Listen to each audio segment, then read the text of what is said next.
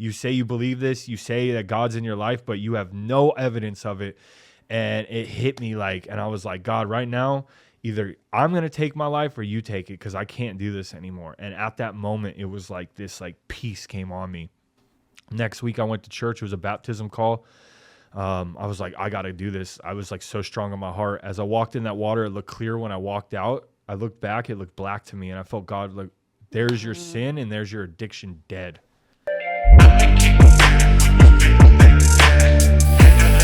What is up, you guys? Welcome back to the #1 mental health and addiction podcast, the Hopeaholics. I am your girl, Natalie Eva Marie, and these are my boys. I'm Chad. Hi, I'm Shane.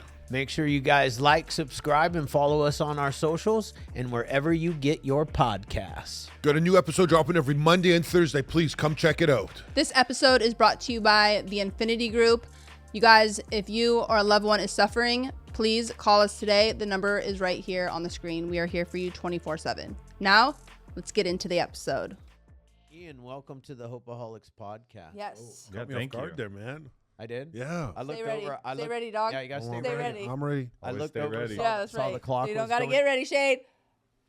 Wow, she took a shot today. What did you do? Yeah, you took a shot today, NAD, didn't you? Lord. That's fine. I did. I think took it's 60, so I took 60 crazy units this that morning. you guys are acting like brand new. Like this is you. I'm on a level 10. You're all the right. time. You are. Wow, bro, nice to have you here. Thank you. I'm not gonna lie. I saw you walking in. You're not formidable. You know what I'm saying? You don't look. What? I'm just saying, besides, you know what I mean? He doesn't look like, you know what I'm saying? Well, that's the we thing. actually had this That's so conversation silliness Yeah. because he'll break your shit off. in about 2 seconds. Exactly. This is what I'm saying. But when you're walking down the street, you not think, oh, there's a guy that could kill me. Well, and this is why, thank God that you guys aren't, say, in your earlier 20s running we're amok, just because you could be knocking- in a bar sitting Right. down, and the guys that look like not what you would think you would Yeah. boast You up also- to will break you off. Break you off. Oh, yeah. Fuck. I don't know if you ever saw the meme with Justin Gaethje. Oh, yeah. He looks like such a Dude, nerd. And yes. it's like this guy would murder this bodybuilder. Yep. Yeah. Yeah. Yeah. That's, It's always in the ears. You got to look at the ears. 100%. That's what I said. Yes. Yeah. Not always, Yes. not always, but yeah, the vast majority. As soon as you always- see I a mean, little if bit of you're- cauliflower, I'm like, See ya. Yeah. See ya. Yeah. not Yeah. even going to give it a try. Not even. No point. not even making eye contact. For what? Yeah. My nephew's a purple belt right now. He's been in jiu-jitsu. He's been training for a while. And we had some people come and do some jiu-jitsu stuff with the clients. And somehow I got roped into it. I wasn't planning on it. Mhm. And then these two left me. Yeah. No, I had a very good reason though. Yeah. Shane didn't. I was giving a 7-year chip to a Oh, sponsee. that's nice. Yeah, Wow. So you And got the roll? with my nephew, He's tough. you got to tap. and he it was probably You probably tap fast, huh? it was about maybe 15 seconds. Purple belt. Yeah. Yeah. He- How is he your size or smaller? He's about my size. Oh, okay. A little bigger. Heavier. I think maybe a little bit.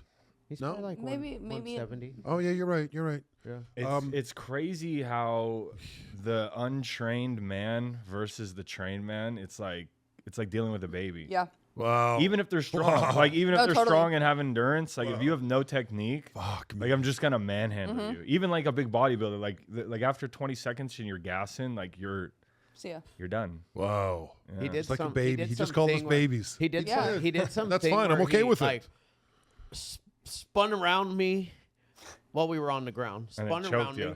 Well, got my neck in his legs. Oh, yeah. and, That's fucked up. That's Oh, claustrophobia. armbar. Armbarred me. Yeah. Nice. See, I was dreaming last night when I knew he was coming. I says, man, do I have the balls to get choked out today? Like, I want to pass out. But is that dangerous? It's not that dangerous. Should I do it? I mean, I've done it. You should do it. You should. I mean, It'll go viral. It will, and it's literally not as bad. it will. It's not as All bad. the blood pressure just went under my fingers. No, but it's like Yeah. It's not painful at all. no, it isn't. No. It's like actually quite soothing. It is. It really is. Like when I was doing drugs and we were doing Yeah. X, like we'd pass each other out all the time. Really? Oh yeah. Sniff Vicks and then just like straight pass each other out. Like over and over and over. Like it can't be good for you. No, No, can't be But good. but once is not gonna hurt you. No. I'm almost Just, there. like, just So- chill. so- Just think thinking about about it. it. Yeah. So that was You have a while. that Hang was on, I my like it, nephew. though. The girls, there was 2 girls there. They were both about $1.20. Yeah. The taller, skinnier one, she was probably maybe 115. She choked me out. Mm. And I was about to go to sleep. Yeah. Mm-hmm. I want to do it so bad, but I'm scared. No, don't be. It only it's takes actually like quite nice. how long? It's not very many seconds. No, I'll get you out in like 5 to 10 seconds. Whoa! And also, too, you have to think it's not like as you're making it way crazier in your brain because he's not trying to like literally like Kill me. buck you up. It's like he's just putting you to sleep. So it's like not as like this crazy like UFC in the cage type deal. You know, it's The a little second bit you different. go limp, I'll Yeah. let go. Yeah, I actually thought it was. Yeah, I didn't know until that day that it was these guys and not Yeah. So it's not the air. front larynx. No. Yeah, there's chokes in jiu-jitsu where you're sitting there breathing and then all of a sudden it just gets dark. The tunnel comes. and Isn't you that just- crazy? Like I've actually got choked out in drilling just from that. Oh. Like just like woke up on the floor and I'm like, dude, why are you touching me? And like, you're like, dude, you're out. I was like, oh, okay. Like it's a weird feeling because you like feel like you're dreaming. How long have you? When did you start? So I started wrestling when I was 11 years old, kind of a late bloomer. And, you know, I was very successful in wrestling, 3-time state champ, a couple Colorado. Colorado. Yeah. A couple time national champ, freestyle Greco All-American, and got a full ride scholarship. Like I was getting like letters from like Stanford and all these places, but I got expelled my senior year. So obviously I went to a JUCO though, but I didn't start jiu-jitsu. I was kind of a late bloomer in wrestling and a late bloomer in jiu-jitsu as well.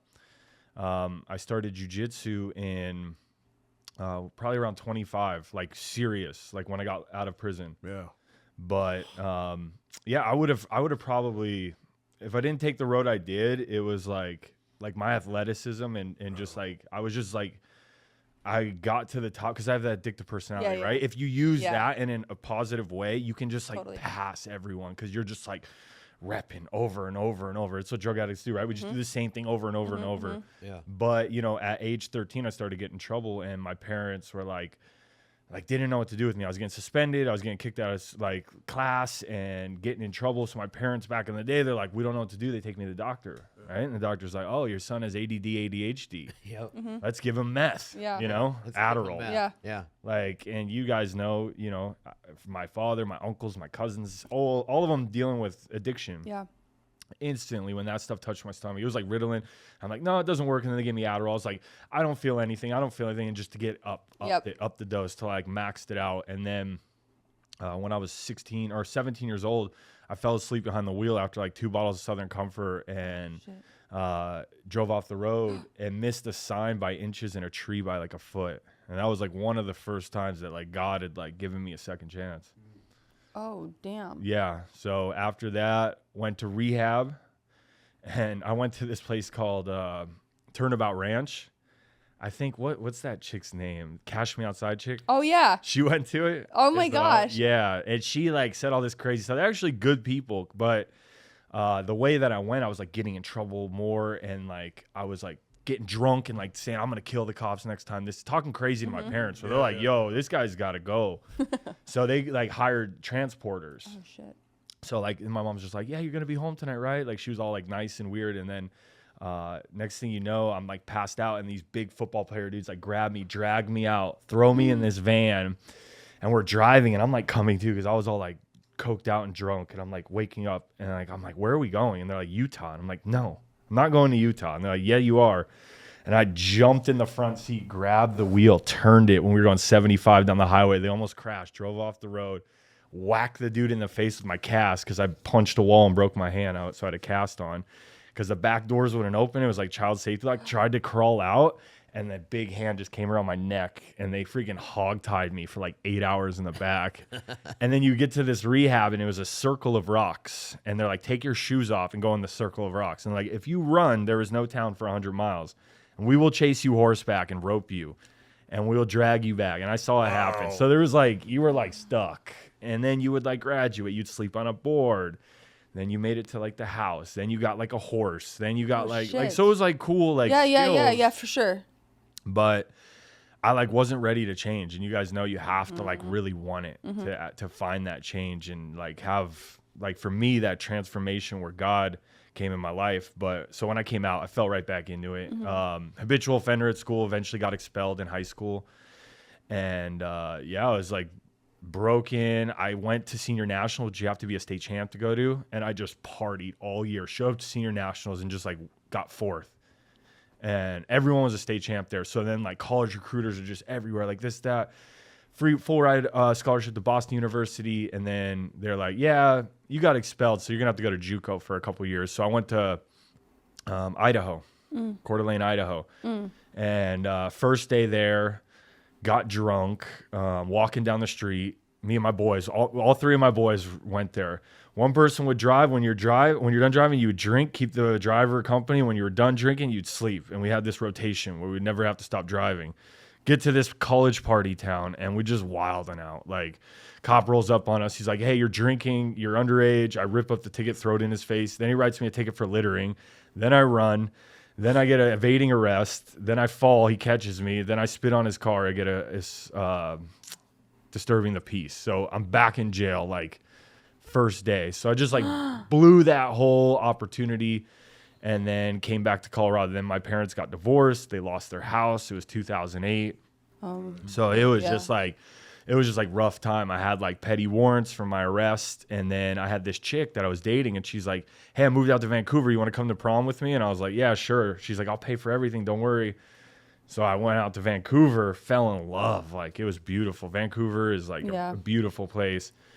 And then I started getting, I got a job at door-to-door salesman. I was like, I'm going to stay here. And I was making $2,000 to $4,000 a week, like crazy money for my age, 19 years old. And you could go to the club when you're 19. Like, it was this like whole deal for me. And then I knocked on this chick's door. She opened it, her 4 friends, and they're like, oh, come in. He's cute. So I signed them all up, but then I'm drinking with them. And then they're like, she just broke up with her boyfriend, so you should hang out with her. So I'm dancing with her. And then next thing you know, they're like, she's too drunk to drive. You have to take her home. So I drive this chick home. And all of a sudden, we're sitting there drinking a like fancy bottle of wine because that's what she does for a living. She sells wine. Pound on the door. And I'm like, who is that? And she goes to the door. She's like, it's my ex-husband. Oh, and this dude's pissed. Like, he's flipping out. Like, he's like, come out here. And it's a sliding glass door because she lives in like a duplex, but her front door is a sliding glass door. Shit. And then he sees me and he goes crazy. And I was like, you want me to come out there? He's like, yeah. So I like open the sliding glass door just for my fist. Boom. So I put my fist through, pop him in the nose, jump on him, choking him. Like, dude, your 2 kids are sleeping inside. Like, I'm just slapping him. Like, you gonna go home? You gonna be cool? And he grabs me in the balls and twists. And I just snap. So I like lift him up and hold him over the 2-story the thing. And he's like, ah. And the girl's like, no. So I like throw him over this table and then I roll him down the flight of stairs. And then I move in with this chick two weeks later.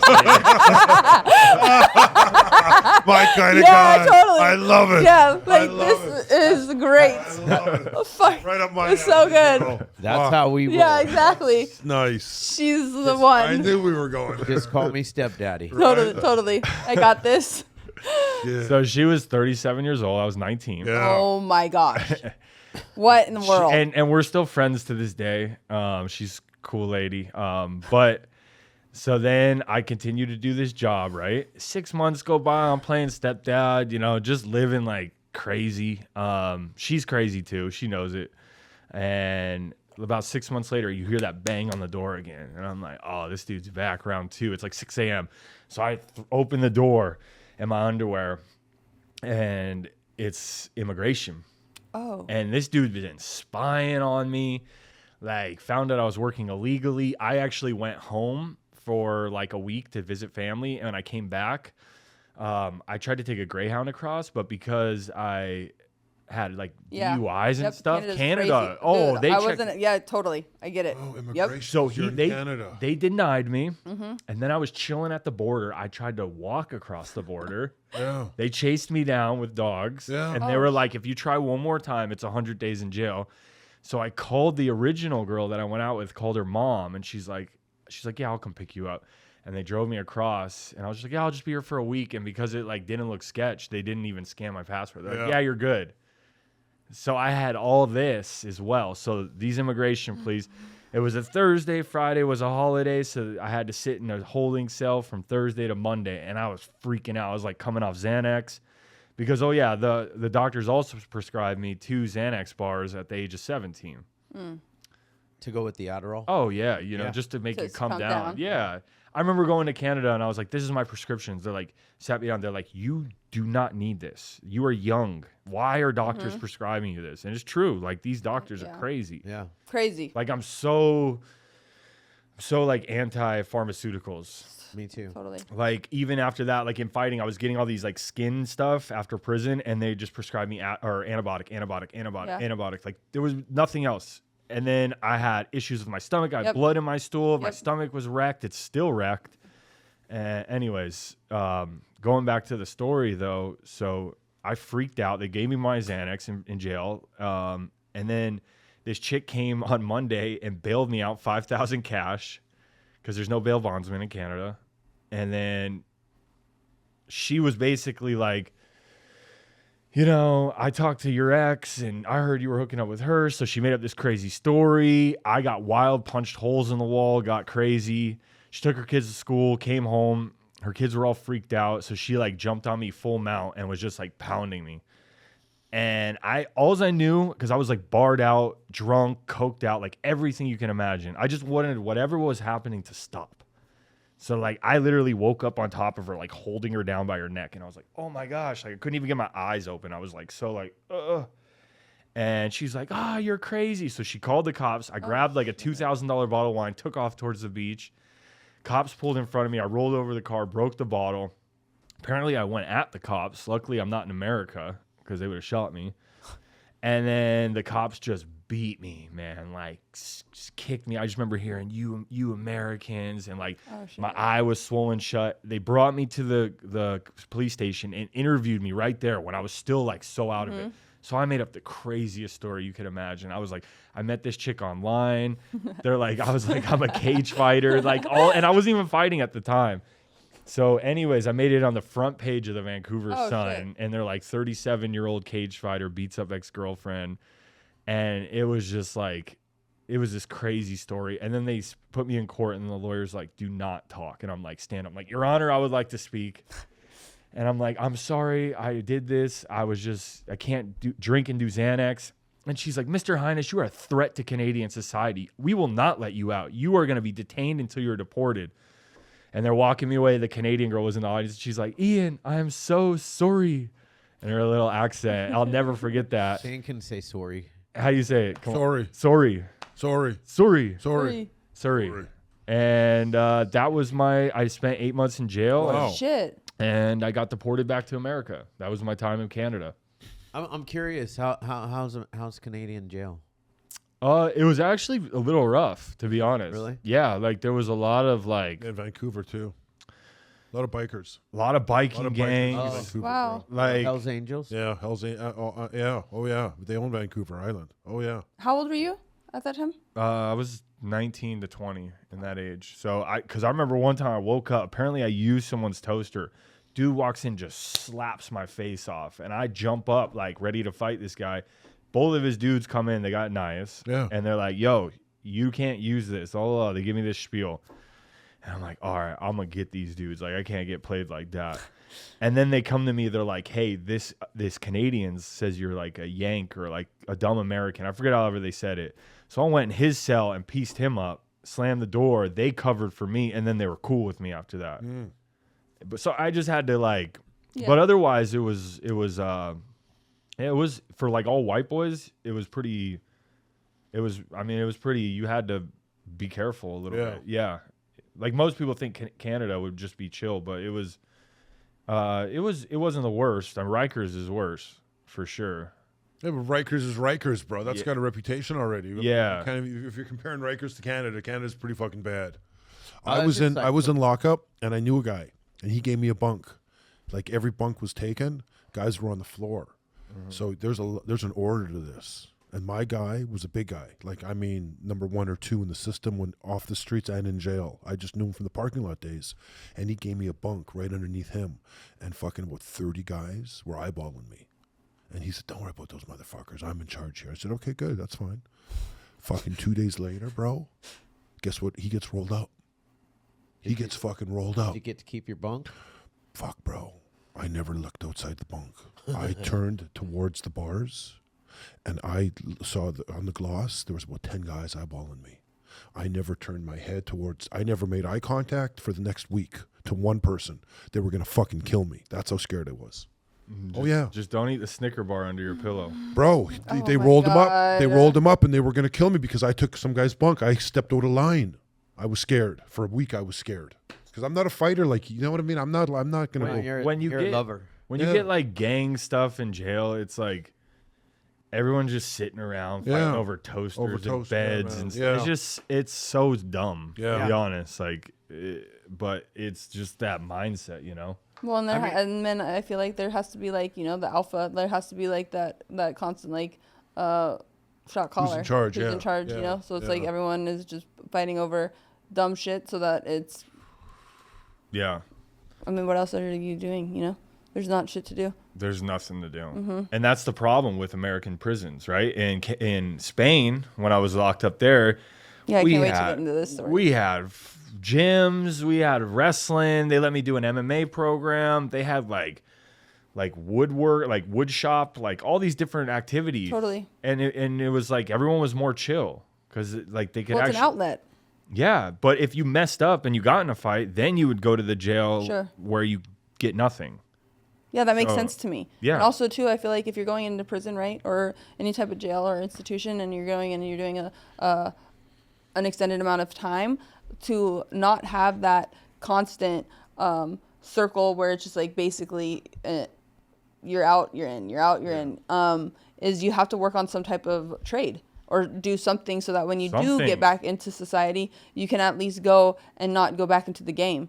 Because, like, how are you going to support your family and make as much money as it is selling dope or selling drugs or being on the streets, you know? It's very difficult. So it's like if you don't have those programs or something like instilled to help somebody kind of do something else that they're so used to doing the negative, it's like, what do you expect? They're going to come back. It's just a matter of time. It's just a revolving door. 100%. American prisons are a business, right? For sure. Yeah. Last time I checked about 3 years ago, it's like $50,000 they make on each inmate a year. Yeah. It's gross. There's no skill learning. There's no gyms. There's no activities. And basically the only thing you could do as prison is be a barber, and legit barber shops don't hire felons. So you're at such a disposition, and you're going to end up a statistic unless you can break through the matrix in that area, and it's tough. Which is really only becoming like an entrepreneur and creating your own business, because the vast majority of the population is not hiring a felon. They're not. No. You know? And so it's like you're limited. So then it's like, okay, these guys get out, and which is not impossible because I've obviously seen it. But the individuals that I'm talking about own their own business. Yeah. You know? Exactly. So. Same here. I own my own business. I'm an independent contractor for the UFC. Me and my wife were just joking about the other day. I can't go through TSA pre-check. I'm over here on the general population line taking my shoes off, and I can't buy a gun. Like, there's like all like there needs to be like, okay, 15 years as an outstanding citizen. There should be some type of like, okay, I did my time. You did your time. Totally. Like, we're going to wipe it clean. Like Trump, help us out here. Pardon some felons that have legit changed their lives, because we're still dealing with like annoyances of like past behaviors, ramifications of past consequences that were self-inflicted for sure. But it's like, how much do I have to pay my whole life? Like people do recover. I'm a convicted felon as well. And I feel like I reserve the right now to bear arms again. Yes. Yeah, my brother does this too. Is my biggest issue. Oh, you guys, my oldest brother, he is going through hoops. Like, I'm so proud of him for even doing it, but it's like going through all of the proper channels from like, first of all, you're having to like write an essay, like basically a whole get down, right? And then you have to get basically approved first, and then you got to go see the judge, and then you have to go through all of these other things, right? And then you have to go into each jurisdiction that you are convicted in. So it's a lot. But he's making that process. And who knows the outcomes? I'm not sure in California, though. He can go through this whole entire process. I don't think in California, unless he gets a governor's pardon, that he will ever have the right to bear arms if he's been to state prison. But he could move to Texas after he's done with all of this. Texas or Florida. No, I think he can. And get his gun rights back. I think he can. I think if he makes it all the way to like where what he was telling me is the whole principle and why he's taking an the expungement. Because you have to. I'm pretty sure it's in something California along those lines. You have to get a governor's pardon. I'm interested in hearing about your brother. So this is my case, right? It's been 14 years since and I got my case sealed. Ooh. It's which you can't get it really expunged. I think it's like my lawyer said it's some different process. Yeah. But I got it sealed, right? So if I get pulled over by the cops, they don't see it. Right. But I tried to buy a gun in Florida and then it popped up and then I wrote them an appeal and then I called a lawyer and he's like, "Oh, well, the issue's in Colorado." And then we fought this whole battle and he's like, "Well, why don't you just go to Colorado, try to buy a gun and then we can fight it there." So I go to Colorado. They don't really have gun stores there because they're super liberal. And I go to like Dick's or a sporting place. And the dudes are super weird. Like my wife's trying to help me answer the questions. He's like, "Oh, she can't be there. This and that. This is a federal document. If you don't answer this correct, you could get in trouble." Oh God. And so they're like, "Have you ever been charged with a felony?" And I'm like, "Okay, yes." And he's like, "We have to throw this out. We can't even submit this." And I'm like, "So I'm supposed to lie?" So then my lawyer can, and I'm just fucked. Like, this is ridiculous. I have a nonviolent drug crime 14 years ago that is sealed. And right. It has nothing to do with the firearm. No. And I get it. If you got a crazy crime, like you shot up a house or something like that. Yes, that makes sense to me. Of course, to have like the you don't ever deserve to have a gun again if you shot up a house. That's what I'm saying. Even in meth-induced psychosis. Right. Or like armed robbery. Any of these things, I don't have any gun charges. No. Right. Some of mine are considered violent because I do have 5 accounts of assault on a police officer, but I actually didn't assault them. Verbally? No. I mean, they beat the shit out of me and wrote it up that I attacked them. That's how they do. I know. That's how they roll. I know. It's fine. But see, like, that makes sense to me, though. Like, so I am interested to see. I haven't followed up because, so it makes sense to me for my brother to not get it back because some of his charges were, like, firearm based because he would have, drugs and a firearm. Yes. Yeah. But if it was not violent. It was not violent. Obviously, not like shooting up anywhere. It's just the fact that he has like basically a grip of guns in the house or whatever that was raided. You know what I'm saying? But he never did anything bad with them. No. That is right. I mean, I feel like I feel some in cases like those. Yes, I think he should get at a certain amount of time. We should be able to get our gun rights back. I mean, here's the thing, and granted, so. Trump can't really give me a pardon, I don't believe, because all of my crimes are state crimes. I've never had a federal crime. So you got to hit up Newsom? Oh, I'm really? hoping Chad Bianco, because he's running for governor right now. But isn't the whole... I think Trump could do anything. Me too. Isn't that the whole point of a president has like... I don't know. Chat GPT tells me no. He cannot. Interesting. You got to ask Grok. And maybe I need to ask Grok. Yeah. So Trump pardoned Lil Wayne, right? Yes. And you know what Lil Wayne's charges were? Stupid. He was literally in another state. He wasn't stupid. Yeah, huh? He got busted for trafficking guns. No. He went to... Yes, he did. No. Lil Wayne but that was his second crime after he got busted. Lil Wayne did federal prison time for trafficking. That was the first one though. But why he violated his probation was because he had a firearm into like, traveling private. You end up in a different state or something like that, and then they rolled up on him and he had it. So it like crossed, because you know how there's so different state regulations for firearms. Yeah, he didn't ever do time on that one. No. It was his original crime, and so Trump pardoned him. So Lil Wayne has his gun rights back. Mm-hmm. Man. And he was trafficking firearms. You need to start rapping. Wait, I want to get into Spain. Okay. I want to get down to how you ended up there. Okay. Yeah. So All right, so we went from high school to Canada. Okay, I'm back now. After the 8 months in Canada. 8 now months in Canada, deported, right? Mm-hmm. Now I'm free for the first time in 8 months. Back in America, right? Now I still got some petty warrants there. They want to give me probation. And, you know, I grew up in a middle to upper class family. It wasn't like I had this crazy upbringing. Right. It's just like I had this insane energy inside of me that continued to get me in trouble, and this like just I don't know, this wildness. And you know, at the age of 25, when you get kicked out of a country and a continent, it's like, all right, you gotta look at your life and this see isn't like normal. yeah, I need to see what I need to change. So I get back, and like I said, I was used to having some money, and I was like, all right, we're broke now. Let's like, I'm a hustler, you know, like I'm gonna make it happen. And I had some connections in Canada that I met for like really good ecstasy, and we actually were shipping some back to Colorado just as like testing it out. So I was like, all right, cool. Like start sending me packages. It was super cheap. It was really good. And it was like the rave scene back then. Oh, yeah. And so I was getting like 2,000 pills a week shipped to me FedEx. They were like laying it flat, vacuum sealing it, and then putting carbon paper and putting it on the out, like making it like the border of the box, like in the box. And then they would put artwork in it. So we're getting 2,000 pills a week. And then we were hitting raves. I started wholesaling it. Me and my boys would go to the raves. You know, I'd give them all 100 pills. I'd walk around and be like, you need pills, you need X, you need X. And then like, if like secret police would jump on me, I'd be like, oh, I'm just messed up, man. I don't know what I'm saying. And I would never hold. So I would be like the mouth guy, and I would just point for people. But then it was like getting to a point where it's like, I just have to like wholesale it. Like I was selling like boats, and finally we were shipping so much money back Western Union to Canada that they started freezing our Western Unions.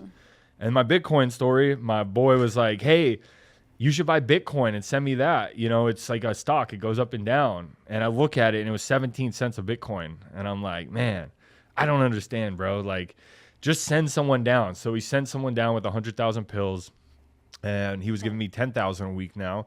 And I was just giving him the cash, and he would drive it back when he was done. And so we were hanging out with these chicks, and it got kind of weird with this one girl, but she kept asking me. She's like, hey, man, can you get 1,000 pills? And I was like, I don't know what you're talking about. Like, we never told them we sold, but they're not stupid. And finally, she was like, hey, I'll drive, and my boy's going to pay like an absurd like amount. He's like, it was like super retail amount. And I was like, all right, fine, if you drive. So I sit behind her. I put the pills at the floor. I was like, I'll slide it under her seat if she gets pulled over. Like, I don't know, nothing.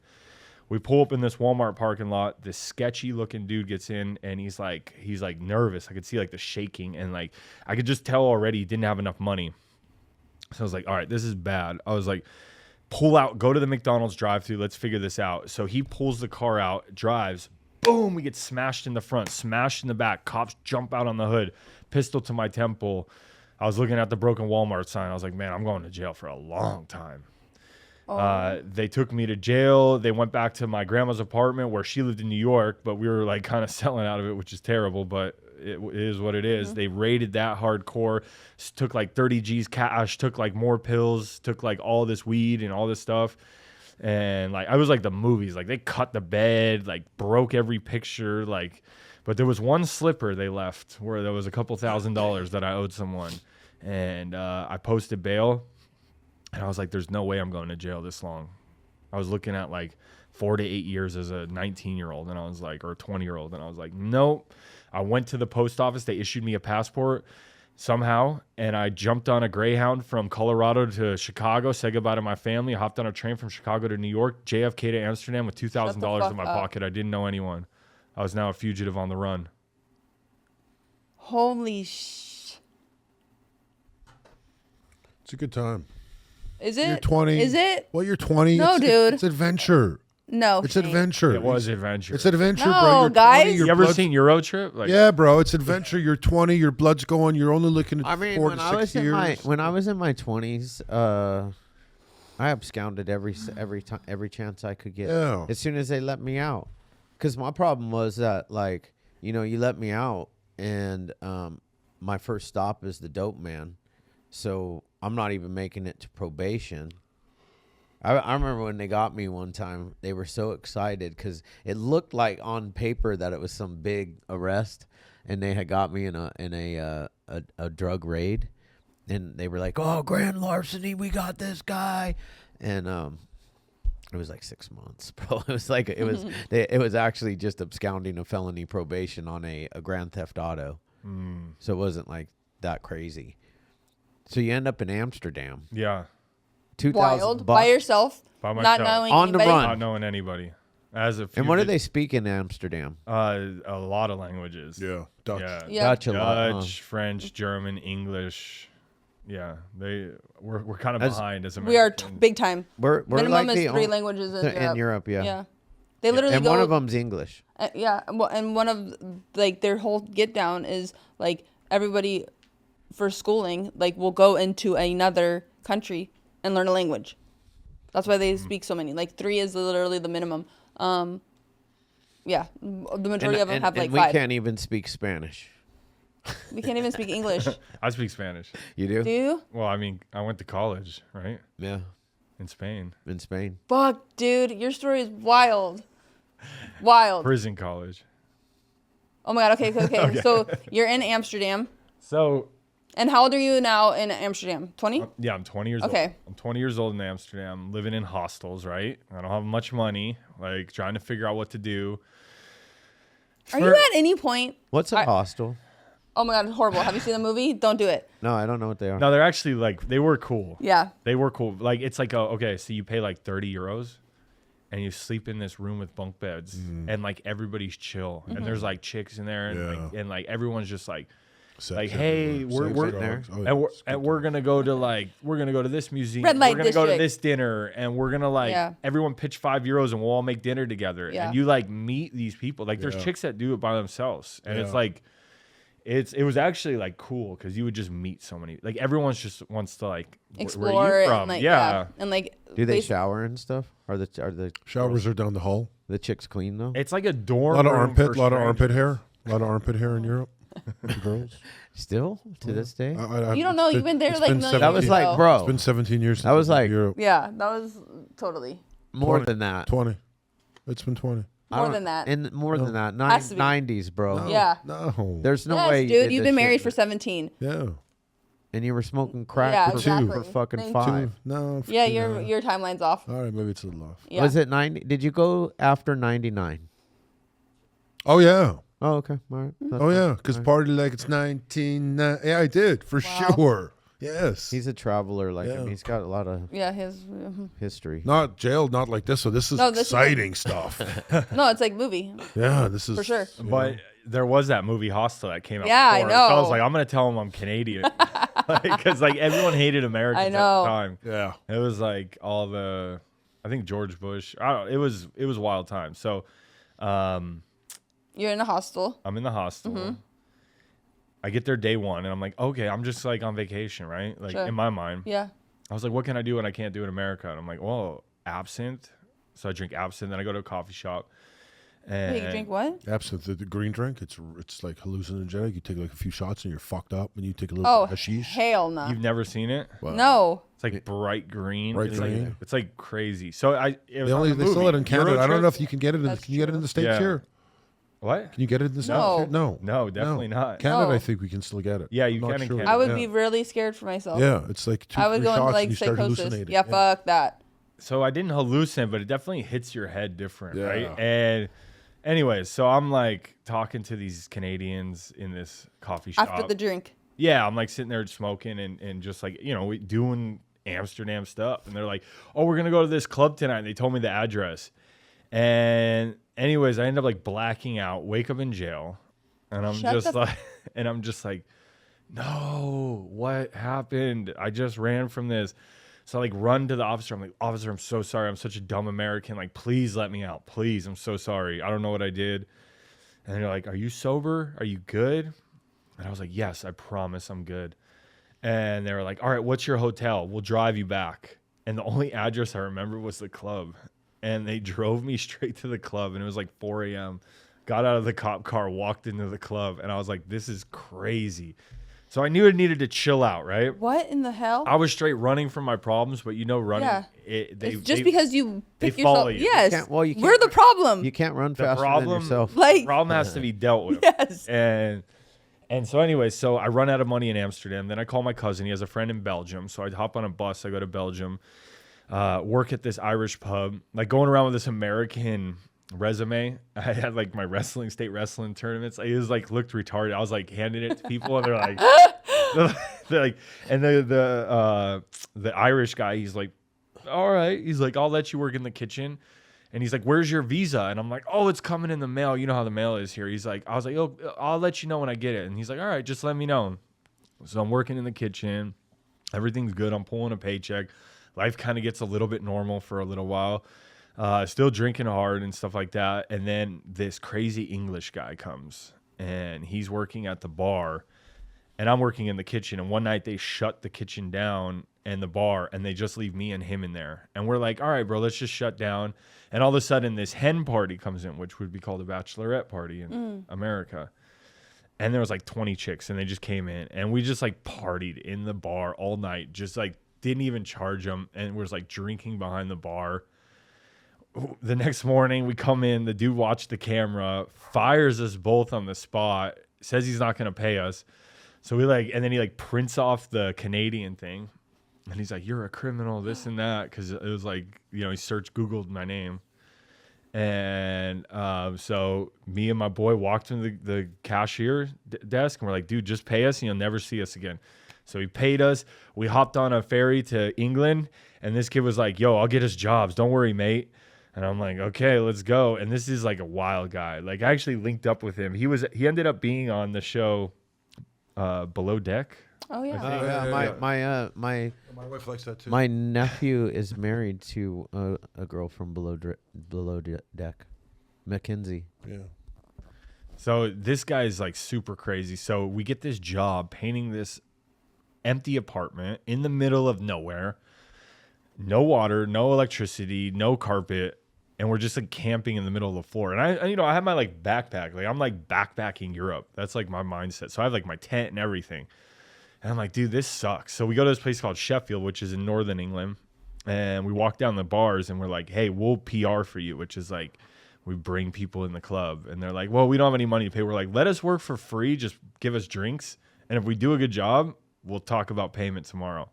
And we just crushed it. We like filled it up. We just like walked around just bringing people in.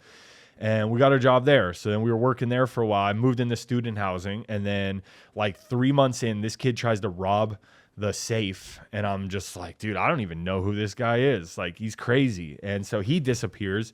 And then I start getting shipments from the Guatemalans over to Canada, over to England from Canada.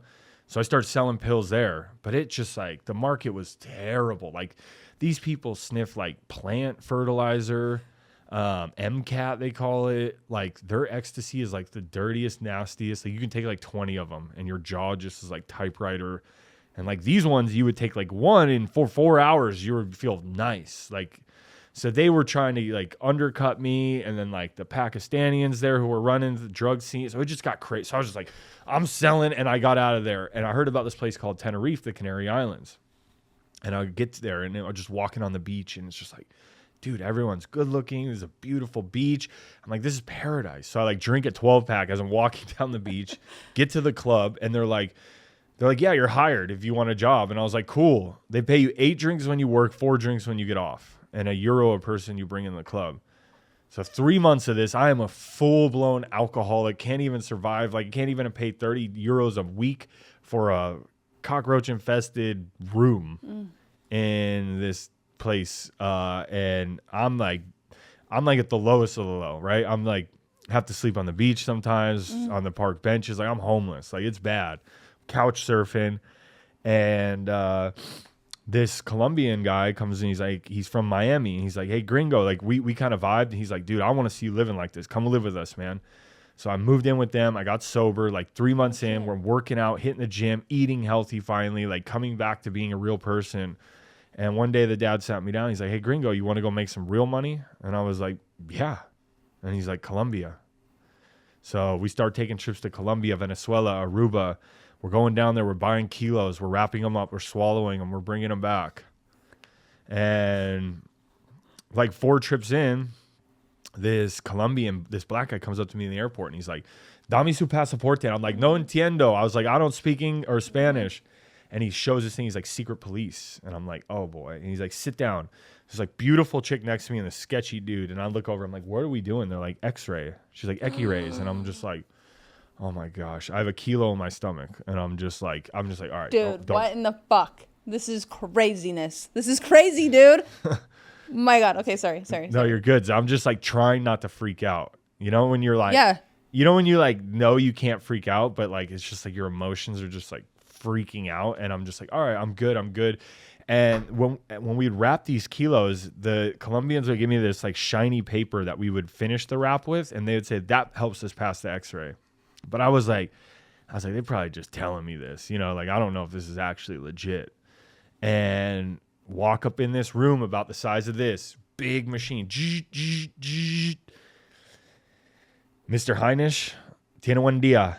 And I'm just like, and I sign this paper, fingerprint, and this adrenaline shot hits me as I walk out. Like I felt like I could like jump like 10 feet in the air. I'm like, oh my gosh, that was crazy. It actually worked. And I like get in the airplane and the Colombian's like looking back at me and I'm like,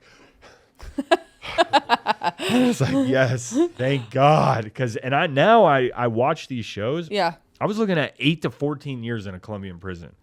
I don't think there's coming back from that. No. Fuck no. Fuck no. Mm-mm. So after this trip, I start getting cocky. We used to like wait 3 months and then go and I'm like, what are they going to do? X-ray me? Like we passed the X-ray. So we just start taking trips, right? Venezuela, Aruba. And we go to Aruba and we can't get the product. So we extend the trip another month. We're like, we got to get this. And we finally get it. And we wrap this stuff up and we get on this plane and we have to go to Venezuela and they X-ray me there in Venezuela. And I'm like, oh my God, you don't want to go to jail in Venezuela. No. Pass the X-ray. And then we go to Spain and we usually fly to Madrid or Barcelona and then to Tenerife, but we flew directly to Tenerife. And this time they like, hey, only white boy on the flight, pick me out, come here, come in the office, question me. I say, they're like, what are you doing here? Why do you keep coming here? And I'm like, and I pull out like 10 G's cash. I was like, I have a rich girl, or I was like, I'm a rich American. I have a girlfriend here, you know, this and that. And they're like, where's your credit cards? Like it made no sense. So my girlfriend came in, she verified that it was legit. And then the Colombian guy, he should have jumped in the taxi, but he waited for us because this has happened before, but he actually waited for us in the parking garage right when we meet up. Boom, drug task force jumps on us in this Spanish airport in Tenerife. It's like old school and they don't have an X-ray there. So they take us to the hospital and I'm just running my mouth. I'm just like, dude, you guys, I'm like, I'm here on vacation and you guys are putting me through this. My girlfriend's crying. Like, and it was just like, cause I thought for sure I was going to pass. And I like getting there. I'm like, oh, this is the real X-ray, you know, where they put the plaque and they leave the room and they're like, don't move. And I'm like, and they're like, no vale. They get all mad. So they finally lay me down so I couldn't move and they took it. And the cops are looking at it. They're like, we're sorry. We don't really even see anything. We think you're good. And I'm like, I know I'm good. And then this like smoking hot Spanish chick sits me down, puts the thing on the wall. She's like, tú entiendes drogas de bolsas de droga en tu intestino. I'm like, what? And she's like, yeah, you have balls of drugs in your intestines. And you could barely see it. Like barely. And I'm like, no. And she's like, no, it's for sure. And I was like, no, I ate Chinese food. And they're like, shut up. Boom. Cuffs on me. And that was it. My girlfriend was crying. I had to write a statement. She had to go to jail for 3 days. I felt horrible. She couldn't pick her kid up from school. And then I got locked up and I sat there for 1 year without any court hearing or any papers. And that was when the journey began in prison. Shut up. How old were you now? Now I'm 21, 22, 21. 2009. You're gonna do it. That's the time. 20 is the time. Those are your golden years. That's the time to do what you did, bro. Yeah, you got to be done before 25, though, man. Like, yeah, otherwise you're fucked. Yeah, it just starts to really. But this is what I want to say. Yeah. Look at the lengths, the effort, the savagery, the resilience, just to basically, I mean, obviously you Make wound some up, money. right? But also, like, that is not normal behavior from a normal individual. That's why I think, like, we're the lucky ones and, like, we have, like, a superpower over the other guy if we're channeling it into something positive and good, or, like, you know, whatever you find that is for you, because the lengths alone of survival and just one foot in front of the other to basically keep getting by is insane. Is just absolutely wild. So you go in, you do a year before a court date. Mm-hmm. Where are your parents? What are they doing? Have you talked to them? Do they know what's up? Do they know that, like, oh, awesome, my son is a fugitive from America and bounced, and now he's fucking locked up for a whole entire year in another country. Awesome, how great. Yeah, my parents were always like, my dad was like kind of cool with it, me going on the run, but my dad's like one of the boys, you know. Yeah. My mom was always worried, and I stayed in touch with them the whole time. When I first got locked up, they were like, "Do you want to call the U.S. Embassy?" I was like, "No," because I was on the run. I didn't want them to know. Right. And I'm like, I don't know how this is gonna work out. And I think I like disappeared for like 2 months, and then I resurfaced, and I was able to call them and let them know what was up. And yeah, they were. Yeah, My dad always has had a feeling. Every time I've gotten caught, my dad knew it was about to happen. Intuition, yeah. He had the intuition. Yeah. Like, he's like, I would tell him about the deal, and he's like, it's not good. And same when I got set up in the Walmart parking lot, same when I got set up in from coming from Aruba. So, you know, I mean, I could have made a lot of money. Sure. Like, I could have been a really like I had the business skills, but I just was feeding my addiction. Yeah. Like, even when we bring the kilos back, a kilo would go, like, we made it, the first time we got sent to Colombia, it was me and my buddy, and his dad sent us by ourselves to his girlfriend's aunt's house in Cali, Colombia. I'm talking about dirt roads, chickens, piles of trash, gangsters everywhere, and hearing gunshots at night. And I'm the white boy, and I'm just out there crazy. Like I just think if you act crazy, they're just like, this dude's crazy. Yeah. Leave him alone. Yeah. And they took us all the way to the jungle where the guerrilla's at, and we were paying $900 a kilo, which is crazy. So less than $1 a gram. And when we bring it back to Spain, it was like 50 euros a gram. So when we bring it back to Spain, I'm over here like sniffing it every night, and it's like, no. Like, I'm just like wasting money, but it was just like feeding this addiction. Totally. I couldn't, like, I was a terrible, I got high on my own supply. It was a bad business. You were breaking the 10 crack commandments. Oh, right. All of them. Better profit in peptides. I'm not going to lie. Never get high on your own supply. Unless it's peptides. And you're fine. But you're not getting high on. You're not. It's a whole different game. You're like making your own body healthier. Totally. And your own body actually produces those. Okay, sorry to interrupt. I was a terrible drug dealer. Terrible. Yeah. I mean, I was good, but I would just do all my product. I would sniff all your profit. Up your nose. Up my nose. Or I would like go to the club and get like bottles and then just. Oh, yeah, and totally. It's just like. Live the life and have fast money would come quick and it would go quick. Yeah. And so it was just like crazy times. And then when I got to prison, you know, I had to pick a path, right? You could get on methadone, you could get all these drugs, and I still was doing drugs in prison, but I was training my mind, body, and spirit. Like, I was like, you know what? I would look around and I had like this epiphany. I was like, I'm not like these people. Like, this is not where I'm supposed to be. And I felt like God was like calling me to something bigger. And I was just like, no. And I was still ignoring him. But I started wrestling. Like, there was like a wrestling program called Lucha Canaria. And you wrestle in a gladiator sand pit. Sick. With this like kind of like gi on. You lock up shoulder to shoulder and you grab it. And it's best out of 3 in takedowns. And you got to run through the whole team. So it's like a team wrestling sport. It's based out of like Senegal, like this African wrestling. And I just rolled up, and it takes 3 months to get in the program. I just rolled it, pointed to my ear, and the coach was like, yep, you're good. Let's go. And the dad, who was the coach there, was the father of Juan Espino, who's a UFC fighter, who we actually linked up after. He was in there for like 30 keys. And, you know, their relationship was a little rough, but it was like I was being trained by one of the best Lucha Canaria coaches whose son is a prodigy, like the best to ever do it, and became like a very successful UFC fighter. And then there was a boxing program. Which is God, by the way, because that's like insane. Oh, for sure. You know what I'm saying? Like the coincidences are like, there's not. Yeah, It's Oh, and then I had the K1 world champ in there who was just beat me up in kickboxing, and then I would like wrestle him, and he's like, dude, if you help me with wrestling, I'll help you with kickboxing. The day he left, this guy came from Thailand and was like, dude, I'm like a Muay Thai specialist. Let's train. So it's like every day, it just became like a training camp.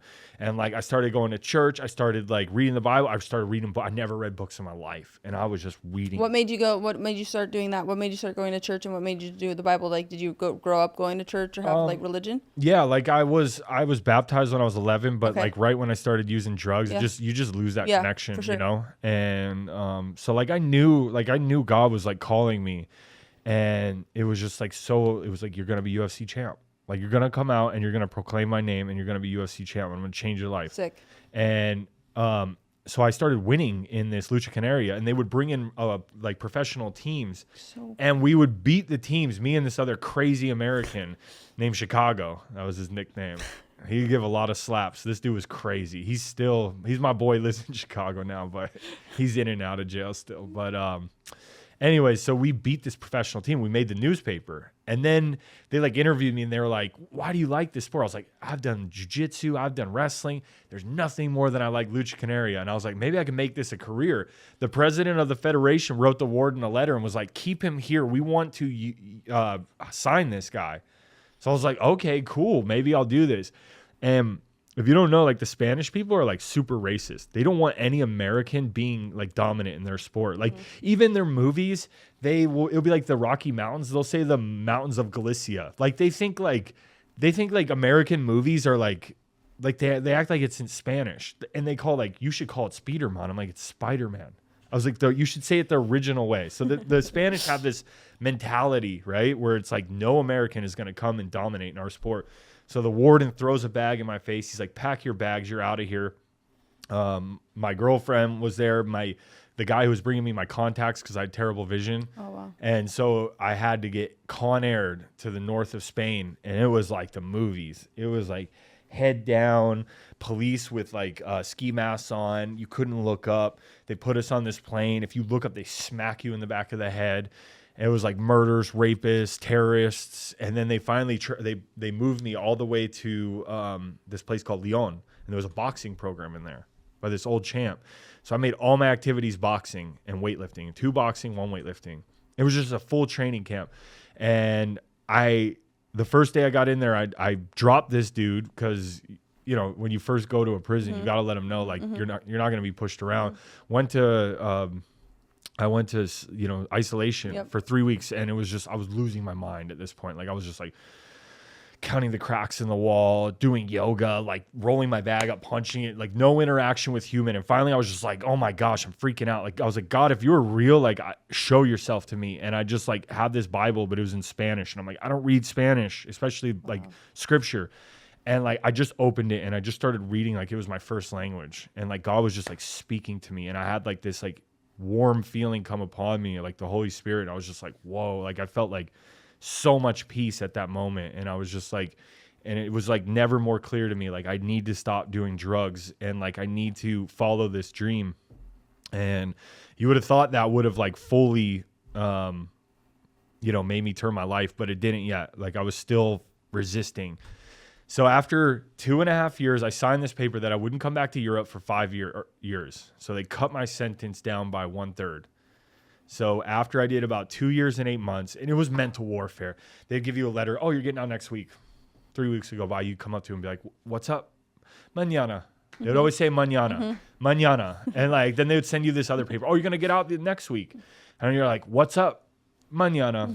And they're like so chill about it. And you're just like, you had to stop caring about your life. Yes. Like that's how you beat them, because the more you cared and the more you got worked up, the more they'd feed into it and send you more letters. So I was just like, I don't care. It's in your hands, God. And after 2.5 years, I finally got taken to an airport, put on a plane, and sent back to JFK for the first time. So they like took the handcuffs off, gave my passport to the flight attendant, and I was like free for the first time in 2.5 years. And I'm just like freaking out on this plane. I'm like talking to people all weird, like walking around. They're like, what's wrong with this guy? I'm like, you guys have no idea. So I land in JFK, and I'm like, oh, here we go. And in my mind, I'm like, maybe I can run. I was like, and I'm like, no, 9/11, they're going to catch me. It's locked down. I show up to the lady. They give me my passport, scan my passport. They're like, sir, how long you been out the country? And I was like, a long time. They're like, how long? And I was like, 5 years. They're like, yeah, come with us. And it obviously lit up. And they were basically, they put me in Jamaica Queens jailhouse for 3 nights, which was rough on the weekend. Just like pimps, crackheads, heroin addicts just coming in and out. And I'm just sitting there just like, I'm like, is it my turn? They're like, you're a different case. Shut up. And then finally the lawyer sat me down. They're like, all right, you need to go to protective custody. You're going to Rikers Island. And I was like, I've been in prison for almost 3 years. I was like, throw me at the wolves, I'll lead the pack. I'm not going to Punk City. I was like, whatever. And I didn't know what Rikers Island was. And she's like, you're crazy. And I'm like, I was like, I'm fine. Just like, let's do this. And then we're driving on this road. And I'm like, wow, this is like actually an island. and there's like cages. And it's like legit this like long bridge to this island. And we get there and I'm like, whoa, this place is insane. And I was maximum security because I was a fugitive on the run. So they took me to like one of the most craziest places. And even the guards look at me. He's like, you going here? And I'm like, yeah. And he's like, you must be one bad white boy. And I'm like, why? And he's like, we don't see many of you around here. And I'm like, oh, great. And we get in there, man. It was probably like the toughest. It was only like a month, but it was rough. Like I said, like Snicker bar under my pillow. First day, they all rush my cell. What are you about? What are you from? You do drugs, blah, blah, blah. Like, and I'm just like, dude, I don't want nothing. Leave me alone. Leave me alone. And you'd see people like a opposite gang would come in, and they would the guards would just look the other way. The guards would come and be like, "What up, blood? What up, blood?" to the inmates, like they were boys on the streets.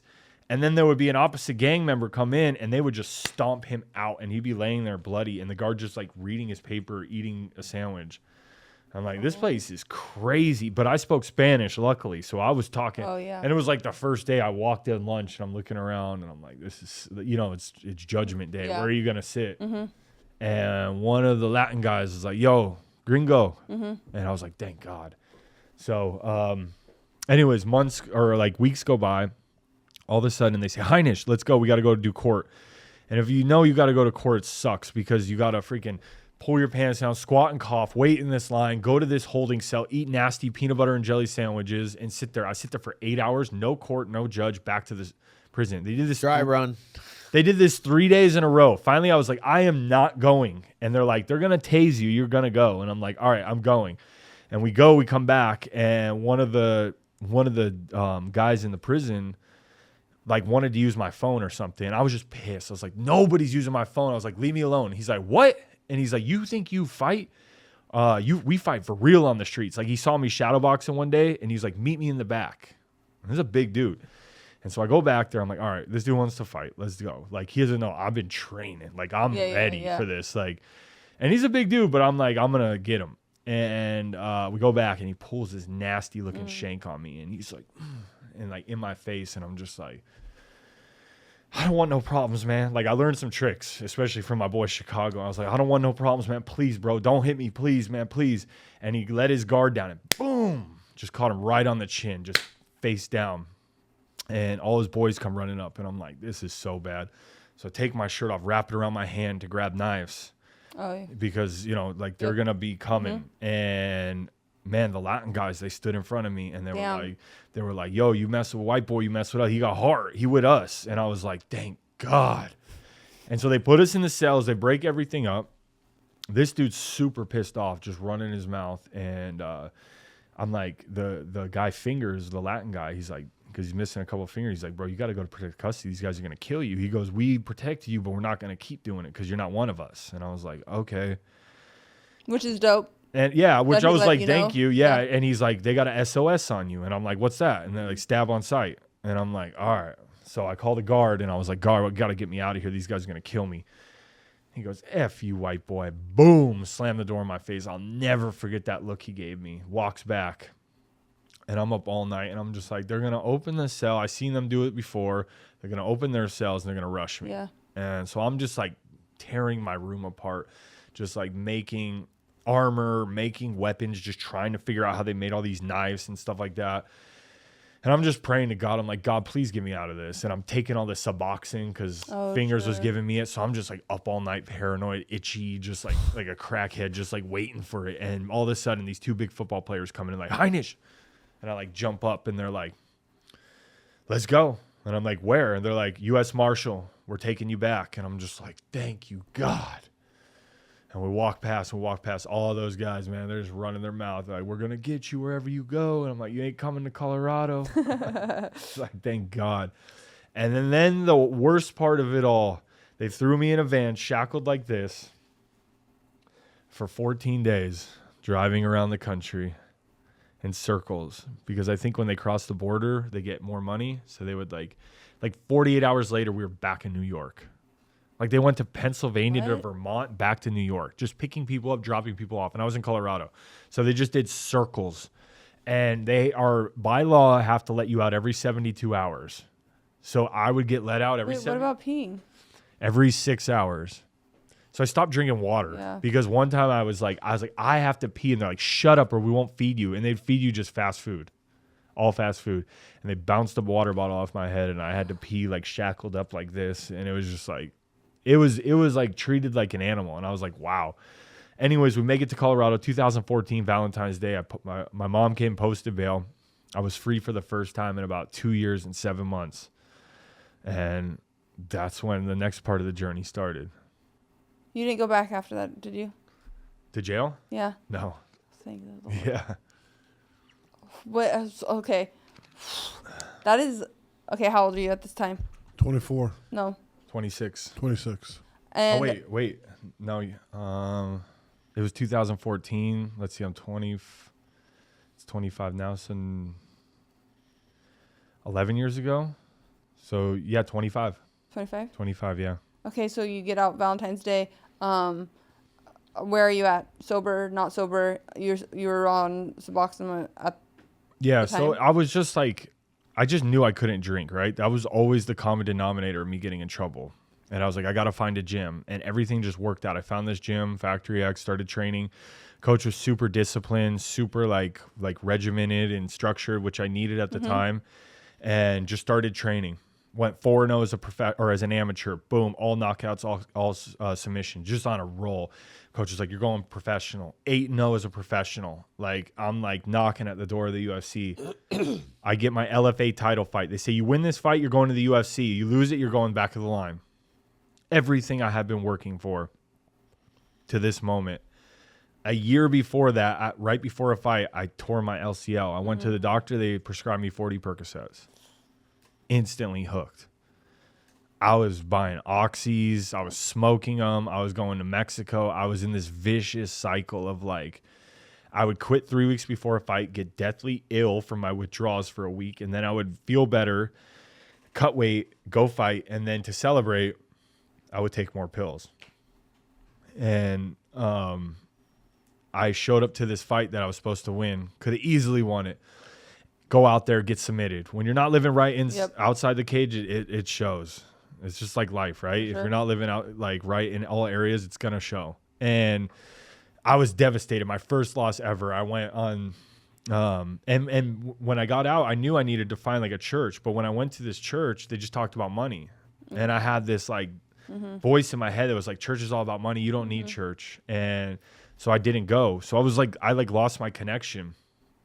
Well, I met this fighter, Nate the Great, this UFC fighter, legend.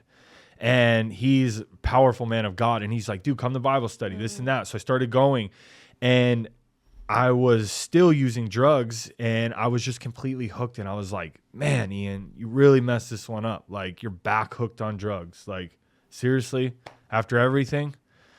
And I got to this point, we went on this camping trip, and I just like wanted to feel pain. I chopped wood to my hand sweat. We went on this hike that almost killed us in Colorado, and I was just like kept going. It was like 70-mile-an-hour winds on this peak, and I was just like, no, we got to keep going. We got to keep going. And we get back, and finally we pass out for like 24 hours, wake up, and we open this Bible study, and it was just like, it basically challenged our salvation. And it hit me like, at first I felt offended, and then it hit me like a ton of bricks. It was like, man, you are a hypocrite. You say you believe this. You say that God's in your life, but you have no evidence of it.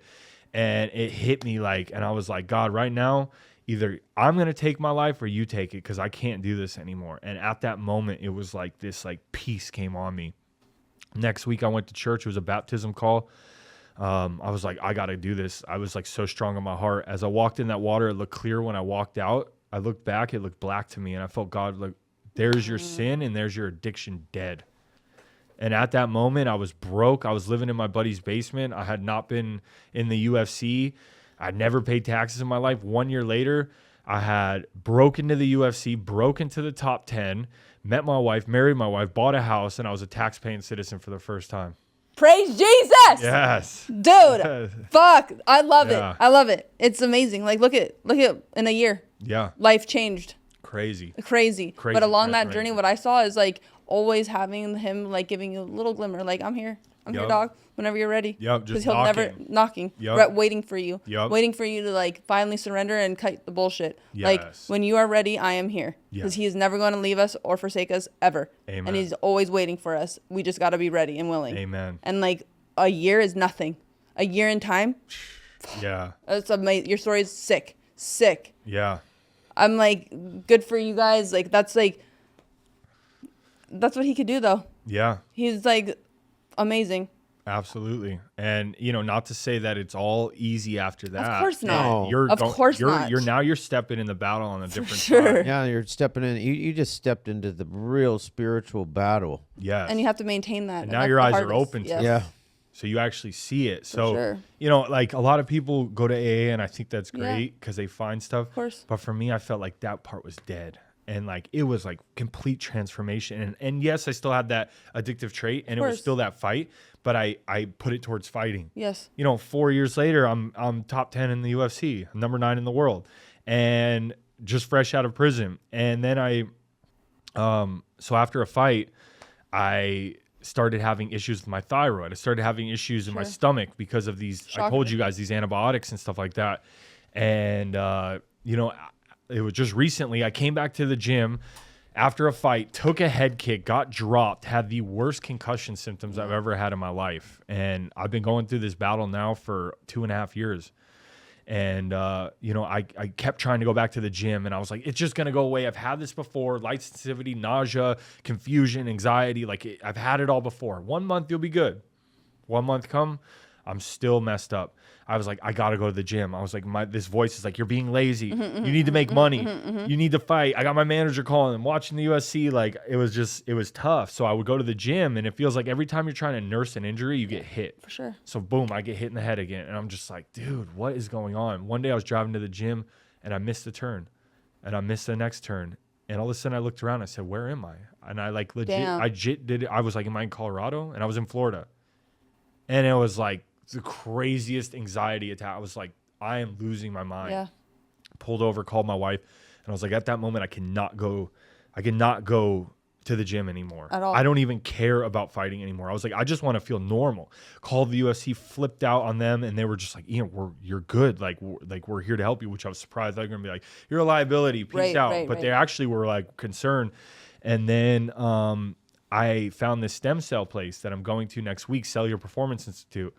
And I called them and I got this because I hear this treatment you can do. They put stem cells in your brain stem and it can heal your brain. And I was like, okay, cool. I called them. They're like, hey, it's going to be like 30 grand. And I'm like, okay, that's a lot of money. I jumped on a Twitter space because that was the only thing. I made a bunch of money on AMC. Sure. After GME blew up, the meme stock. Yeah. Yeah. So I was like, okay, I need to find the next big thing. Diamond hands. Diamond hands. Like, I was like AMC to the moon. Totally. And I used that to buy my house. And Damn. yeah, so I was like, okay, what's the next meme stock? I'm like, Wow. meme stocks don't do this, but, Not at all. but crypto Yeah. does. So I was in like Doge and all these things. I find this meme coin, Joe Rogan's dog, Marshall. Yeah, Rogan, Marshall. Yeah. And they're paying fighters. So I jump on this Twitter space. I booked a fight with Sam Alvey. And like, no offense to him, but I was like, man, this is going to be my easiest fight yet. Knockout reel. Like, it's a good fight to come back. Had to pull out of the fight because I was like, dude, I can't do this. Yeah. That was when I missed the turn. And they were like, I was like, I just paid 10 grand. I'm not even going to get paid. all these things. And they're like, hey, Ian, we want to help you with your stem cells. Like, really? And they're like, yeah, we're going to pay for it. And I was like, no, really? And they call me and they're like, what's your crypto wallet? And they send me 10 Ethereum, which was 3 G's at the time. And I was like, thank you, God. I called CPI, Cellular Performance Institute. I was like, hey, I got this 30 grand in Ethereum. They're like, we take crypto. Just sent it right over to them. And I was like, wow, the power of crypto. So luckily, I've been blessed. I've been going hard in crypto, being an influencer and just trading, and it's provided for us very well. And we hope the Trump pump continues. Tariffs are kind of been rough, but anyways, and now I've always had this mission on my heart. I'm praying that the crypto will provide that I can buy this ranch because I want to start this faith-based treatment center. Sick. It's always been on my heart to do this, and now it's becoming more in the light. I want to make them work hard on the ranch, which I married a country girl. Oh, yes. You got a ranch Yes. right now? You got a ranch? No, we're gonna get one. Where at? Wherever God leads us. Okay, I like She it. has a massive ranch, but Where? Nebraska. I love it. Okay. And so we are looking in Florida, Texas, Tennessee. We don't know. Wherever God leads us. Yeah. We're going to make them work a hard day's ranch in the middle of the day. And then we're going to make them train MMA at night. Sick. And it's just going to be spiritual boot camp. And we're going to pray. We're going to get true transformation. We started a podcast for testimonies of people overcoming drug addiction through God. And we know that's going to give people hope. For sure. And so it's going to be like a revolving door between these, because when people get healed, then they can give their testimony and then they can be part of the journey. And so anyways, I just dropped my website, ianheinisch.com, has all the information. There's an email list if you guys, anyone out there listening wants to get involved. And yeah, man, I'm just fighting this concussion stuff. I'm fighting some health issues. I still have my UFC contract. So Oh my God, God wow. willing, Okay, I wow. could fight again, Yeah. but Health is wealth, and that's the most health important. is wealth. Health is wealth. So I'm focused on my health. I'm focused on what God has me. And it sucked, right? I put 10 years of my life. There was 9 people in front of me to get the belt. And I feel like God derailed me. And I knew he could heal me, but it was just like, I knew my identity wasn't in fighting. At all. And that's what was That's why able he to didn't get me get. That's through why that. he didn't give it to you. It's Yeah. not. You're not. That's not. I mean, yes, it's great because it feeds our own ego. That's why Yeah. we want it. Yeah. But there's something so much more for you than that. It's like, yeah, it helped you have a testimony that is unbelievable because God is giving you that platform to now utilize and actually show what he can do once you actually surrender. And that's taking somebody that was a fugitive, went into another country, then gets out, and then also makes a dream that is like, what? You got out of prison and all of a sudden now you're like literally fighting in the UFC. That's unheard of. So who cares about a fucking belt? Really? That's just for your own, that's for your own that boy. That's for your own accomplishment to like praise when ultimately he gets the glory because he brought you out from the dirt and giving you a life that is like, how is this even possible? And that's what you're going to share. And that's what you're going to spill into the ranch. And that's what's like the real reward. That's the real like ultimate prize. Amen. You know? Yeah. That's what I see. Yeah, I mean, no, that's like the it's a little bit different because I would always say like I didn't get the title in WWE even though it's totally not the same because obviously I'm not bashing anybody's face in. Yeah, but it it's can be still given. a popularity contest. It really is. It is, sure, but we've also given a platform that it would be a disservice if we didn't utilize it in a positive way, you know? Yes. And that's like shining light to him because there was a moment in time that we were these broken pieces that were disheveled and causing massive destruction amongst people that we love, not only to ourselves, but like doing destruction in different countries, being an absolute bulldozer. And then all of a sudden taking you from the depths of hell and bringing you to having a beautiful wife and this career that you was once just a dream. I mean, I to me, what came to my mind when you were in prison was the Rocky movies when he actually peels everything back because he got everything right. And then all of a sudden he got humbled really quickly because Apollo Creed dies. Yeah. So he rolls to Russia and trains like Oh, a I fucking know. savage. Yeah. Like, Or even with Mr. T. We just Oh, yeah. watched that. I mean, last yeah, night. you could It's you so could just crazy. you could just do I Rocky just watched 3. that last Oh, really? I night. love It that. gave me chills when you said that. dude, I love You could do any Rocky, bro. It don't matter. You can, Well, but I mean, I love there- that there's- scene because it's like him Yeah, grinding, oh, any- grinding any in the rock, snow, yes. like peeling Gets back going. all the It doesn't flash. matter. Roots. Yes, that's like the Yeah. grind. Yeah. That's you in prison. That's you doing like the boxing. That's you being like all of a sudden these people that are one unheard of, because obviously if it was in American prison, that shit ain't happening. Correct. And getting you prepped. That's your rocky moment, you know? Yeah. Because then once you got out, look what happened. Yep. He put you on stage. Yep. He gave you a platform. He gave you the thing. Like it's beautiful. Yeah. Like that is God doing what he does. And like Yes. for me to sit back and hear a story like that is just another testament on like how powerful and beautiful it is. Yeah. Once you let him in Yep. and like Amen. let him run the show, not me. Amen. Awesome. Congratulations to you and to your wife. Thank like you. the ranch thing, once that happens, anytime, holler at your girl, because I will go and I will train with the guys. I Heck will yeah. and the ladies, I will do some ranch work. Ranch Yes. hand work. I mean, Let's my go. place is in Texas. I mean, Oh, currently I'm cool. not. It's gonna be up for sale in a second because that's a whole other story. But But I love like doing yard work and like doing any type Oh, of ranch. do hand. you? Well, yeah, because my mom is from Mexico. I'm She's just from the saying. field. Like Yeah. she's a farmer. Like You that's my cook as life. well? Yes. That's the only thing. I'm not a You're not a domestic cook. lady. I'm No. not. I should be. My mom is. Outdoors though. Outdoors you do But no, outdoors. I was just like Part one of the the resume. boys. It's yeah. a good resume. Yeah, I put me mean, to work. and- I like my cowboy boots and my you know, hat this- and get it down. your story just happened to her. Like, I mean, literally, Yeah. she's about 6 weeks in to her treatment center opening up right here in Laguna Beach. Wow. You Yeah. know, and she's all about it. She's in it every day. I'm like, she was out running yesterday, and then she sends me a text like, "Oh, well, I guess I'm not going to run up this hill right here. Got to head over to the NEM house." Mm-hmm.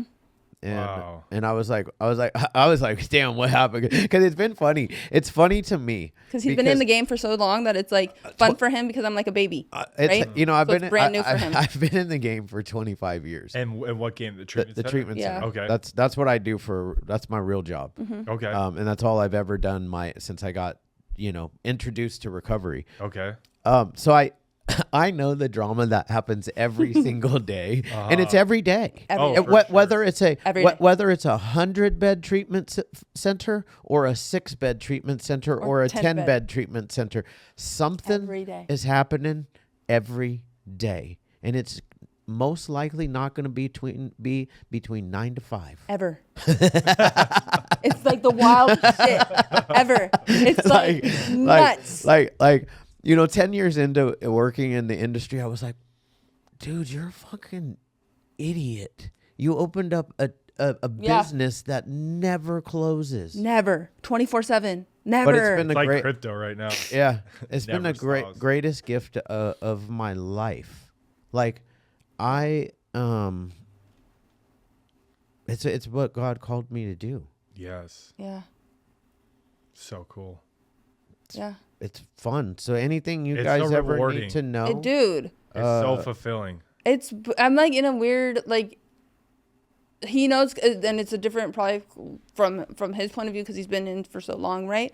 And so like watching me is like, well, yeah, like because to me everything's like, oh my god, oh like I mean, maniac, she brings right? me back to my early days, and it makes me feel Now like you're he's just like he's feeling- writing it though. Yeah. Like I'm sure it Yeah. brings doesn't back some type it- of like a it does. It's I think it's cute because like I remember being like, oh my god, no. Let me tell a story. I can't believe this happened. No, I'm like freaking out, right? I had to leave. I had a signing in New York, so I had to hop on a red eye. We had like a little event. Hop on a red eye, do the thing. I'm on a flight, right?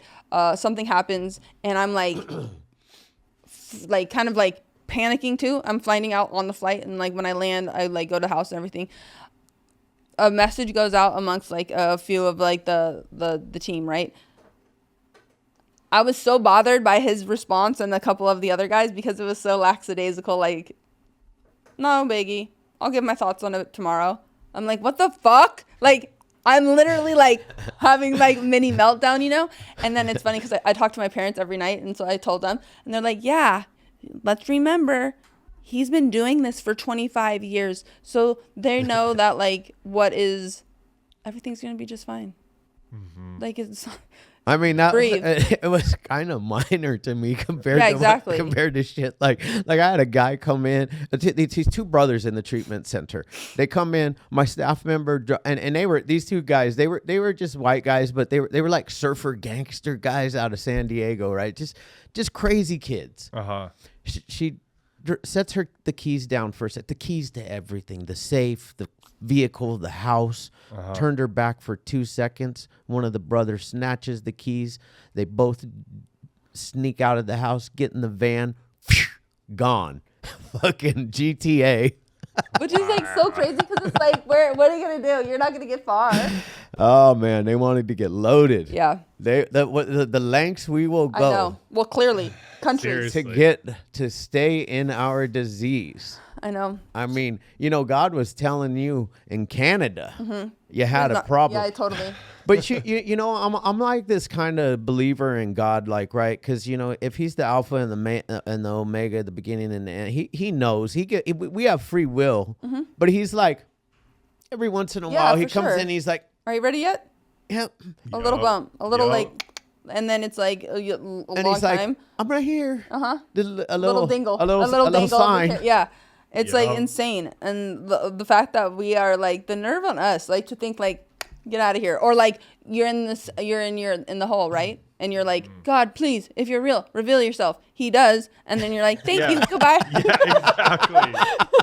Yeah, exactly. And that, you know what I mean? And that's like, what's so important to have like that fellowship. For sure. And to be around that group and to stay plugged consistent in. because Yes. he's been there, I've been there. We're all ADD. We're just gonna go off. Squirrel. And like, Yeah, what happened? totally. Yeah, Like, yeah, exactly. And like we all have done it where it's like everything is like going and you're cooking and you're consistent, and then all of a sudden we kind of like the ego kind of comes back a little bit and we think we got it, and so you start like minimizing that spiritual connection and not really like putting it first and relying on it, and then all of a sudden what happens?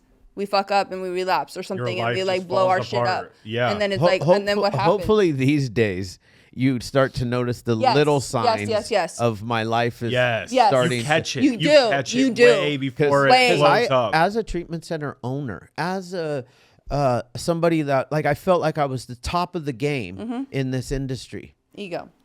Boom! Stuck a fucking needle back in my arm. Whoa. Struggled for 5 years. Brought a lot of embarrassment and shame to myself, probably to my family, fear to them for sure. Because and man, it was hard getting back. But you're back. Really, really hard getting back. Yeah, I'm back in the back. You're back in the game. I'm in the game. And also too. Oh, and we never. What's the saying?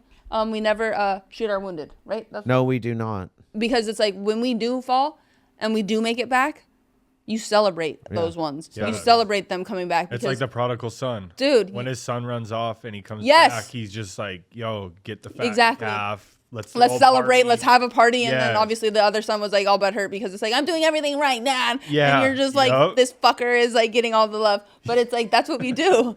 It's like, you got to celebrate the ones that come back because it's like, especially now, it's like, it is life and death. Like, it's so in the front of my brain where it's like, if I don't stay consistent and I don't keep that, like, number one, if I do go out, I don't think I'm making it back. No. Like, that's the severity of this disease. Yes. And it's like, now it's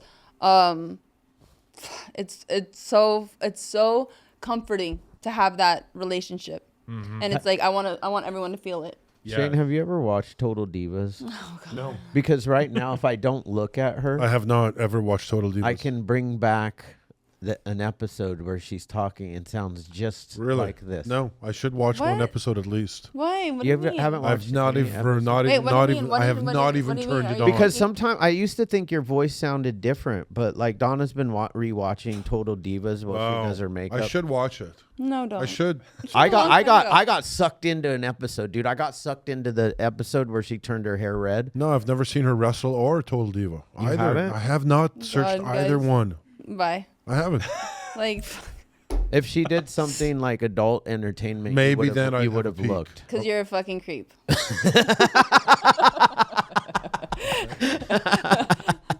I love love that. I like it when she says shit like that. I don't know what to say, bro. But no, for real, like, well, he's serious. Tits and ass always gets me. Whenever you guys do like the ranch and everything, like we're totally 100%. Yeah. 100%. As a matter of Because fact, it's we got a awesome. ranch guy in California, in Colorado. He's got 5 acres. He's looking to do something. I'm teasing. Oh, Jesus. I was like, we do? John. Tommy. Tommy. Is that where Tommy lives? Yeah. In Colorado. He's got 5 acres. He wants to do something. We need like 500. Yeah. Yeah. Because we're doing some Texas- like runs. Texas- we're Yeah, running Texas that. would be good. We're running you into the ground. Texas, Tennessee, Idaho, Wyoming. Idaho. But I think Too that's cold. expensive. Too cold. Yeah, the- hella if you're cold. cracked Yeah, out, you're you don't right. wanna go to the Yeah, cold. you're totally right. Yeah. The Texas Texas, is- and Texas is Texas cold, is too. great because number one, cold. the laws for just building on that property is great, and you can the licensing there is Easier. Really? What about the Florida? best. Florida's Oh. terrible, Really? Oh, it is. Yeah, terrible Florida's for terrible. licensing. Oh, Oh, really? yeah. Terrible. Yeah, There's no terrible. resident. Yeah, it's no. They I'm in Florida is part of the Florida and California are the reason why the game is so Fucked up fucked up yeah, or like tarnished. tarnished. Really? Yeah, Florida it's harder to get detox RTC license. Florida was really big. You can get a PHP IOP license, no problem.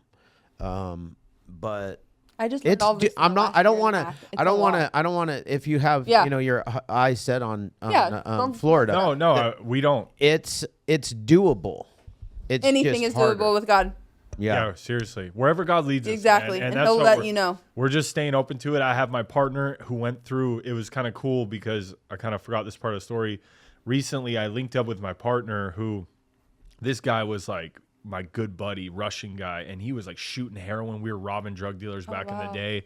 And he like disappeared, sold his car. Like I was like, he's probably going to die. Like this guy was like, just like, Yeah. and just head down, sniffing. And he went to a rehab while these drug dealers were after him, and it was like full spiritual boot camp. There wasn't even detox there. They just like prayed over, and like he just like fully got transformed, went 4 years of missionary work, opened up a church in Panama, and now he has a beautiful wife and 4 children, and he's like very connected in the treatment game. Sure. And we just linked up, and like God was just like, bro, we like, he has the perfect skills for me. Like we complement each other. I went 3 times down to his church in Panama, and like he's running this whole thing, and I'm just like, and it was just very clear, and that's why we started our podcast, Spirit and Truth Media. We want to be the biggest faith-based media company. We want to like help. Oh, I love that. We want to help, like, kids, all they do is look at their phone, Yeah, I right? know. We want to elevate God's most powerful testimonies and like what people are doing, what God's doing, because now you just see like what the world is doing basically. And I mean, it's like, look, the thing is, if you're in the algorithms are terrible on TikTok and Instagram. yeah. It's like I don't even all I do is scroll for motivational reels on Instagram, but because I'm a man, it shows me all this naked chicks on and the I don't preferred. want, And it's just I like, don't want to see it, No. and so I have to go in and I have to start liking all of the damn. Or you hit not interested, Yeah. not interested, not interested. Oh, But then you know what? But then I'm gonna start getting dudes in bikinis. it is crazy how the algorithm works, but yeah, man, we want like even like this podcast, like I'm sure people are watching this like, man, I have those same struggles. A lot of people feel alone in it. And Yeah. like even your story, like you were on top of the world running these treatment centers and you fell, but look at you bounced back and you're killing it now. And it's just like, people need to see, and even if you haven't gone through the stuff that I've went through, that testimony is powerful to someone. Yeah. Your sphere of influence, your testimony, even someone who hasn't been through all this and they're still like overcoming stuff. It speaks to people, and it should be elevated on these platforms. Yeah. Oh, Yeah. for sure. Because every single individual, like we always say, is like we go through some type of trial and tribulation, some type of struggle, some type of pain. You don't have to be an addict or an alcoholic, but the power is there's a solution, and that is like everybody suffers at some point in their time in life, Yep. whatever, like from getting a loss of spouse, parent, sister, something, Yep. and it's like leaning on something other than man is what's going to bring you to give you everything that you're looking for. Yep. 100%. and it's incredible. Like Yep. your story is awesome. Thank you. Like pumped me, fired me up, jacked me up. Thank you. Yeah, Yeah. man. Thanks Yeah. for It really did. Thanks for coming down. Yeah, Ian. Yeah, Appreciate dude. it, bro. Thanks I want to for go. having I want to go like run an ultra. I totally Fuck, forgot fired. I was supposed to be in a meeting. Oh my God! Thank you so much. Yeah, thank you Amazing. again. Yes. Yeah. Anything that once you guys get rocking and rolling, holler at us and we'll help in any capacity that we possibly can. Absolutely. Yeah. Appreciate it. Yeah. Yeah. And good luck with your stem cells. Thank you. God is good Yes, he is. all the time.